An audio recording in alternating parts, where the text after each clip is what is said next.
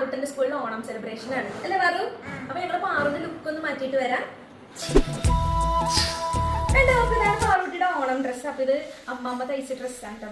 അപ്പൊ ആ സ്റ്റേജിൽ മാവേലി മഹാബലി ഒക്കെ ഒരുമിച്ചിരിപ്പുണ്ട്. കുട്ടികളുടെ കലാപരിപാടികളൊക്കെ തുടങ്ങി. ഞാൻ ഇന്ന് ആദ്യമായിട്ടാണ് ആര്യൻകുട്ടനെ കൊണ്ട് പാറുന്റെ സ്കൂളിൽ പോകുന്നത്. അപ്പൊ കുഞ്ഞുമാവനെ കണ്ടപ്പോഴത്തേക്കും പാറുന്റെ ഫ്രണ്ട്സ് ഒക്കെ ചുറ്റും കൂടിയിട്ടുണ്ട്.